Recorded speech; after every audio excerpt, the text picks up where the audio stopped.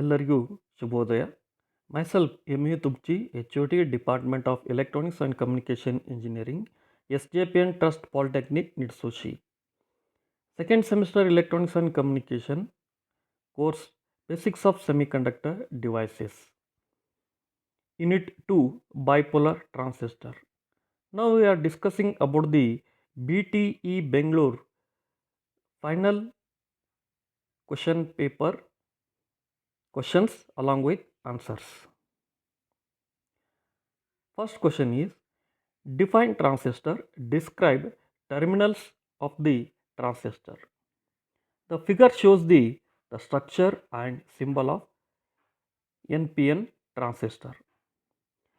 A transistor is a three-layered, three-terminal semiconductor device and consists of two PN junctions formed by sandwiching either P-type or N-type semiconductor between a pair of opposite types. A wire lead connects to each of the three regions called terminals. Emitter. It is the left-hand region of transistor which supplies charge carriers, that is electrons or holes. It is heavily doped than other two regions. Base. It is the middle region of transistor and is very thin compared to other regions. It is lightly doped. Collector. It forms the right hand side region of transistor. Its main function is to collect charge carriers. It is physically larger than other two regions.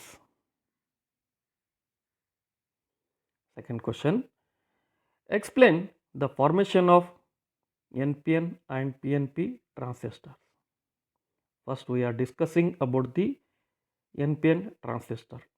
The figure shows the structure, symbol and two diode analogy.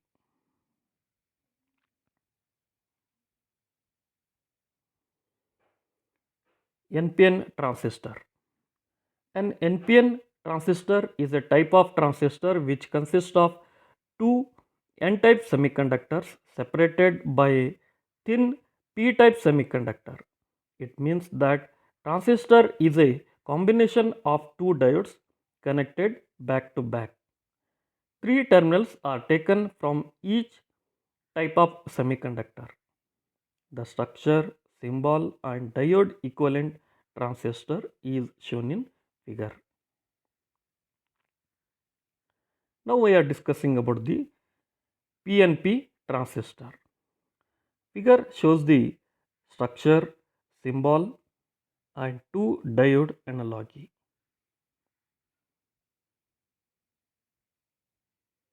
Now we are discussing about the PNP transistor. The PNP transistor is a type of transistor which consists of two P-type semiconductors separated by a thin N-type semiconductor. It means that transistor is a combination of two diodes connected in opposite direction. Three terminals are taken from each type of semiconductor. The structure, symbol and diode equivalent transistor is shown in figure.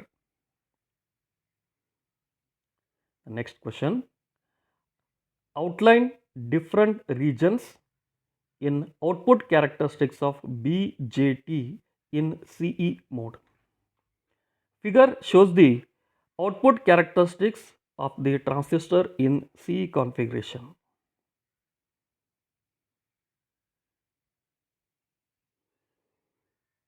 There are three regions are there: active region, cutoff region, saturation region. Active region. The region between cutoff and saturation region is called active region. Here emitter base junction is forward biased and collector base junction is reversed biased. The transistor is operated in this region when it is used as amplifier. Cutoff region. The region below active region is called as cutoff region. Here, emitter base and collector base junctions are reverse biased. The transistor is operated in this region when it is used as open switch. Saturation region. The region above active region is called as saturation region. Here, emitter base and collector base junctions are forward biased. The transistor is operated in this region when it is used as closed switch. Fourth question. Explain the working principle of NPN transistor. The figure shows the basic connection of NPN transistor. The emitter base junction of a transistor is forward biased, whereas collector base junction is reversed biased. The forward bias causes the electrons in the n-type emitter to flow towards the base. This constitutes the emitter current IE. As these electrons flow through the p-type base, they combine with holes. As the base is lightly doped and very thin, a few electrons, that is less than 5%, combine with holes in the base. This constitutes the base current IB. The remaining electrons, that is more than 95%, cross over into the collector region. This constitutes the collector current IC. Therefore, the emitter current is the sum of base current and collector current, that is IE equal to IB plus IC. It may be noted that current conduction within NPN transistor is by electrons. Fifth question. Explain the working principle of PNP transistor with a neat diagram. Figure shows the basic connection of PNP transistor. The emitter base junction of a transistor is forward biased, whereas collector base junction is reversed biased. The forward bias causes the holes in the p-type emitter to flow towards the base. This constitutes the emitter current I. As these holes flow through the n-type base, they combine with the electrons. As the base is lightly doped and very thin, a few holes, that is less than 5%, combine with electrons. This constitutes the base current IB. The remaining holes, that is more than 95%, cross over into the collector region. This constitutes the collector current IC. Therefore, the emitter current is the sum of base current and collector current, that is IE equal to IB plus IC. It may be noted that current conduction within PNP transistor is by holes. Sixth question. Explain the different modes of operation of transistor with diagrams, or explain transistor circuit configurations.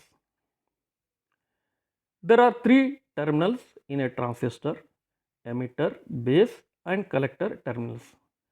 When a transistor is to be connected in a circuit, we require four terminals, two for the input and two for the output. Therefore, one terminal is made common to both input and output terminals.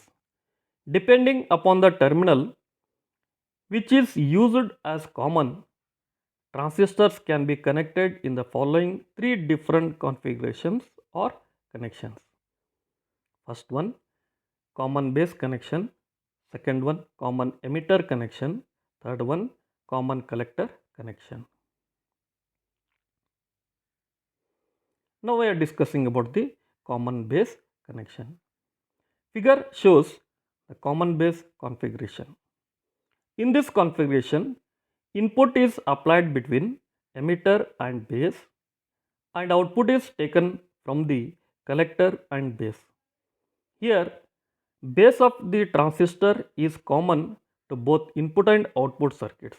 Hence, the name common base configuration.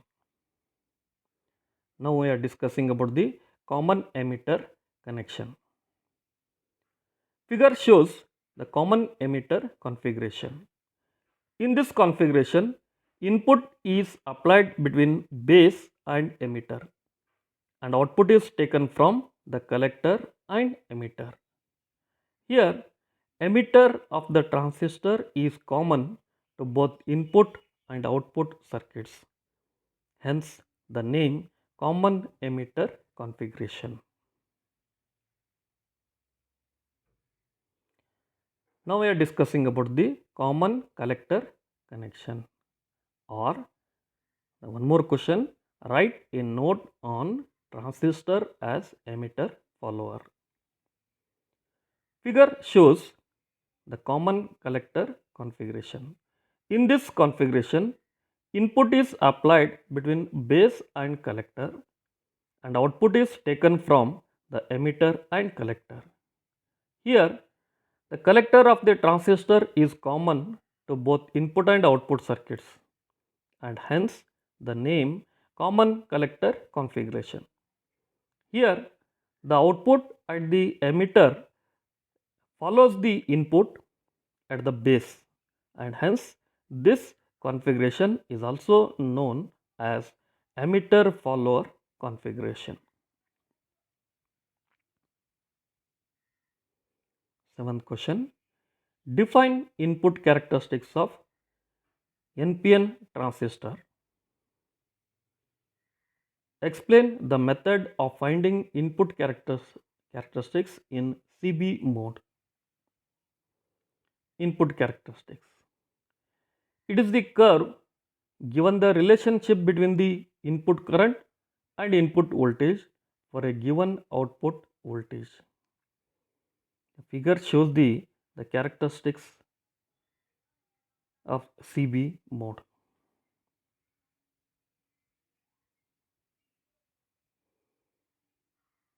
Figure shows the circuit of CB characteristics.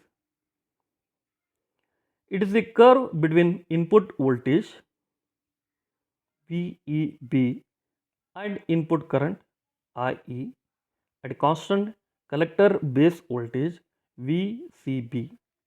The graph is drawn by taking emitter current IE along y-axis and emitter base voltage VEB along x-axis as shown in figure. At starting, VCB voltage is kept at suitable value, say 1 volt. Then vary the VEB voltage in steps of 2 volt and corresponding values of IE are noted from the milliammeter connected in the circuit. Plot the graph for VCB equal to 1 volt as shown in figure. The experiment is repeated for different values of VCB. Next question, question number 8. Sketch and explain input characteristics of transistor in C mode. Figure shows the input characteristics of transistor in CE configuration.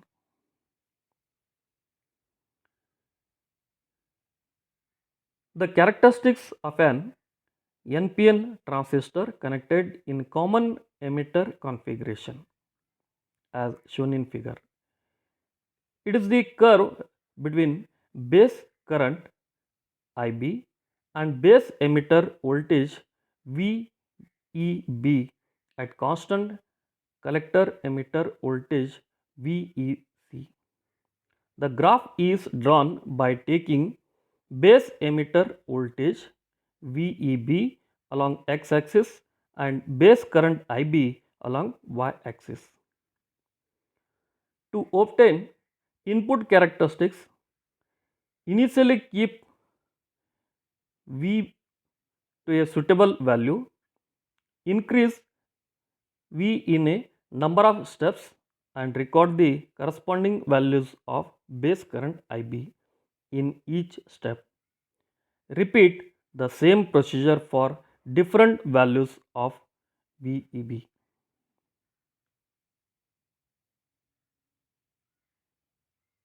Next question. Explain the method of finding output characteristics of CE NPN transistor. The figure shows the output characteristics of transistor in CE configuration.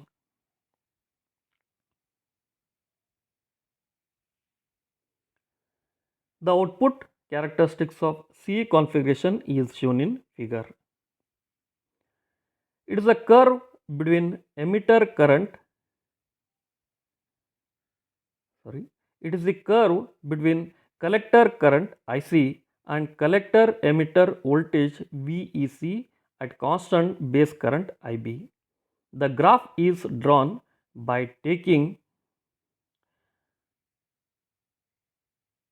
IB along y-axis and along x-axis. Initially keep current at a suitable value, say 40 microampere. Increase the collector current VEC in steps of 2 volt. Record the corresponding values of IB in each step. Repeat above procedure for different values of IB.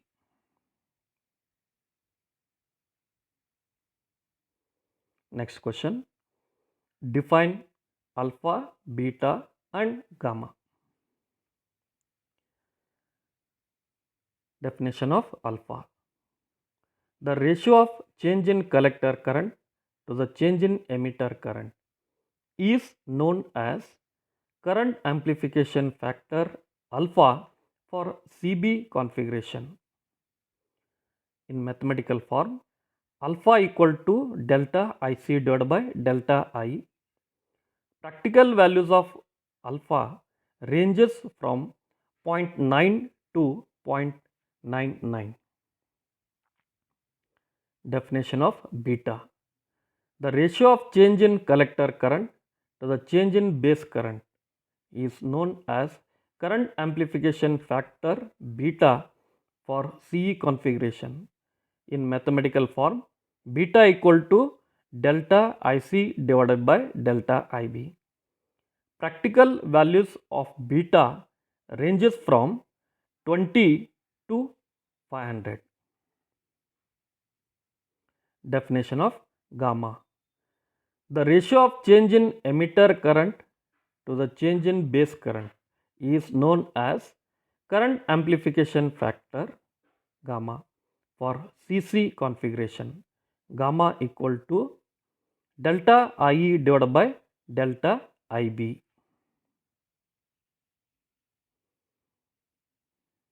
The next question is derive the relation between alpha and beta.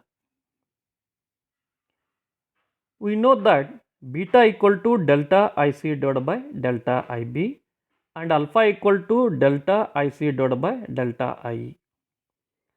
Now, emitter current I equal to IB plus IC or delta I equal to delta IB plus delta IC, or this can be written as delta IB equal to delta IE minus delta IC. Substituting the value of delta IB in equation 1, we get beta equal to delta IC divided by delta IE minus delta IC. Dividing the numerator and denominator of right hand side of expression 3 by delta I, we get beta equal to delta IC divided by delta IE divided by delta IE minus delta IC, that's equal to alpha divided by 1 minus alpha. Therefore, beta equal to alpha divided by 1 minus alpha.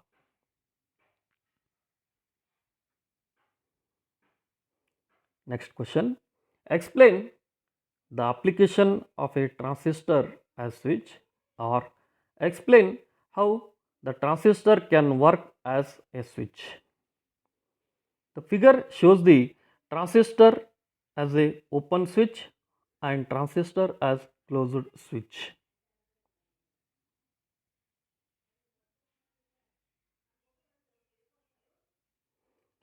Now we are discussing about the transistor as a switch.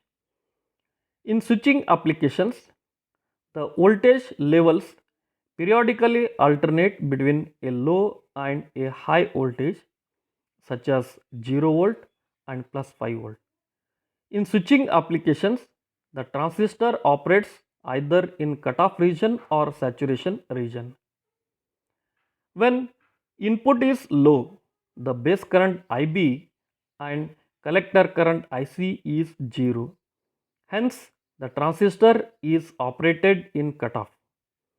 In cutoff region, VCE equal to VCC and transistor act as open switch.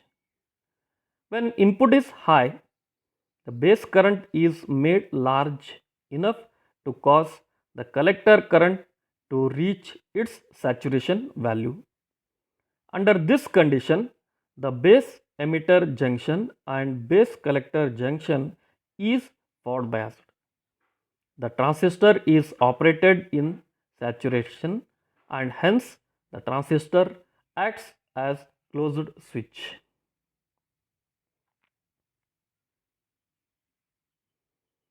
Next question. Explain transistor as an amplifier in CE configuration. Figure shows NPN transistor in CE configuration.